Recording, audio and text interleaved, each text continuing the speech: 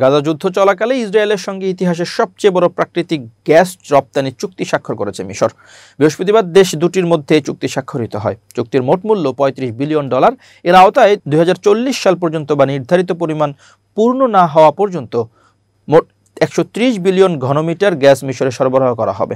শুক্রবার মধ্যপ্রাচ্য ভিত্তিক গণমাধ্যম মিডল ইস্ট মনিটরের এক প্রতিবেদনে এই তথ্য জানানো হয়। প্রতিবেদনে বলা হয়, চুক্তি অনুযায়ী 2 পর্যায়ে গ্যাস সরবরাহ করা হবে। প্রথম পর্যায়ে 2026 সাল থেকে উন্নত পাইপলাইন সংযোগের মাধ্যমে 20 BCM গ্যাস সরবরাহ করা হবে। দ্বিতীয় পর্যায়ে লেভিয়াতান ক্ষেত্রের সম্প্রসারণ এবং নিতসানা হয়ে মিশরের গ্যাস নেটওয়ার্কে যুক্ত করার নতুন পাইপলাইন নির্মাণ শেষে বাকি 110 BCM সরবরাহ করা হবে।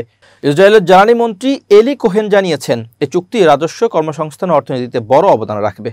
নিউমেড এনার্জির প্রধান নির্বাহী একে আঞ্চলিক সহযোগিতা ও মিশরকে এনার্জি হাব হিসেবে গড়ে তোলার সুযোগ হিসেবে দেখছেন। তবে সমালোচকরা বলছেন, গাজার অবরোধ ও চলমান সংঘাতের প্রেক্ষাপটে এই চুক্তি দেশটির ইসরায়েলি গ্যাসের উপর নির্ভরশীলতা আরও বাড়িয়ে দেবে। পাশাপাশি গাজা ও ইসরায়েল ইরান উত্তেজনার কারণে পূর্ব ভূমধ্যসাগরে গ্যাস অবকাঠামোর নিরাপত্তা নিয়েও শঙ্কা রয়েছে।